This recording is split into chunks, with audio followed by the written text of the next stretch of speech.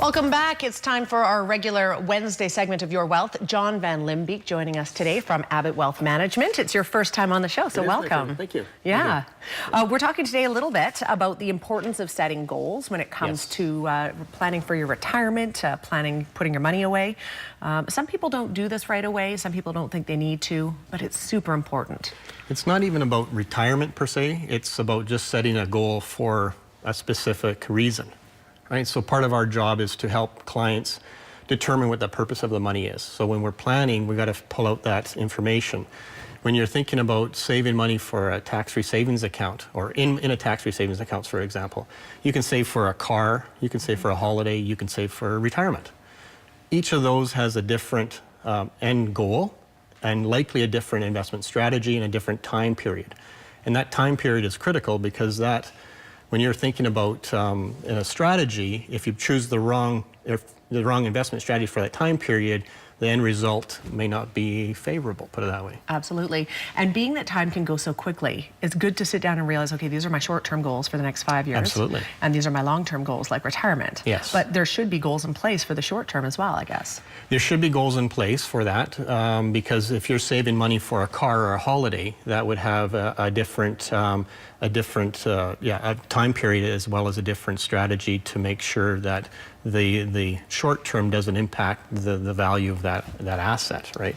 And long term's a lot simpler, but when you determine those goals, short, medium, and long term, then the likelihood of success is a lot higher for sure. When clients come into your office, what percentage are a lot of people attuned to this already, or do you have to sort of sit them down and say, this is how you should be looking at it? It's retirement RSPs are fairly simple because we know we've got to look out 5, 10, 15, even 30 years. But shorter term numbers are hard. People will say, I have this money, what should I do? And I'm thinking, well, what I'm going to do is totally different than you're going to do.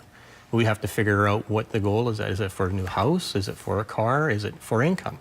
Because once we sort that out, then it's a lot easier to develop a strategy that will, again, increase the likelihood of success down the road. Absolutely. Yeah. Good to plan in advance. Yeah. We have our question of the week as well that we're going to put up on the screen now, if we could. There we go. Some of the rules around TFSAs are unclear. Can you recap some of the key points? Okay, John, I don't know what a TFSA is, so let's first talk about that. Tax-free savings account. Tax-free savings account. There we go. So there we go. Those acronyms can be a bugger. They are. It started in 2009. Every year, you have to be 18 years or older to actually have a contribution room or contribution limit to it. The investments, basically, this is what stumps people, is that the investments can be exactly like their RSPs. So you can have a guaranteed investment certificate, a GIC.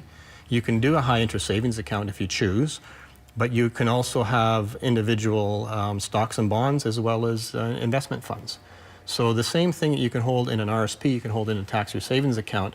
A lot of people didn't realize that at the beginning and thought you could only have a savings account, right? So that growth that account is ideally designed for growth, because any growth on that money is, in essence, tax-free, absolutely. In a tax-free savings account, can you withdraw the money whenever you want to, or is it like an RSP where you can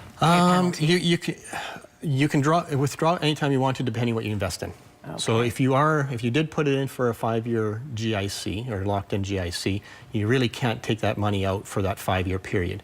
But if you put it into an investment fund or or something more flexible, absolutely. You should be able to put it in today and take it out when you want to, depending on what investment vehicle you chose. The only thing you can't do is put it back in the following year or the same year. Okay. The government really penalizes you on if you take it out and put it back in the same year. Okay. So there are some nuances that you got to pay attention to on that. And be sure if you're taking it out that you're going to not want to put it back in. Yeah, don't think of it as an in-out vehicle. Right. Put it in, leave it in there, and if you need it out, fair enough. Yeah. But you just cannot put it back in until the following year. Fantastic. Yeah. All right, John, we're out of time already. Okay. We could stay for another 5 minutes if you want, or Okay. we'll throw it to a break. Thank you for being here today. Thanks for having me. You're very welcome. AbbottWealth.com. If you have a question for Abbott Wealth, you can certainly email them at info@abbottwealth.com, and we may have your question of the week next week on the show. Stay with us.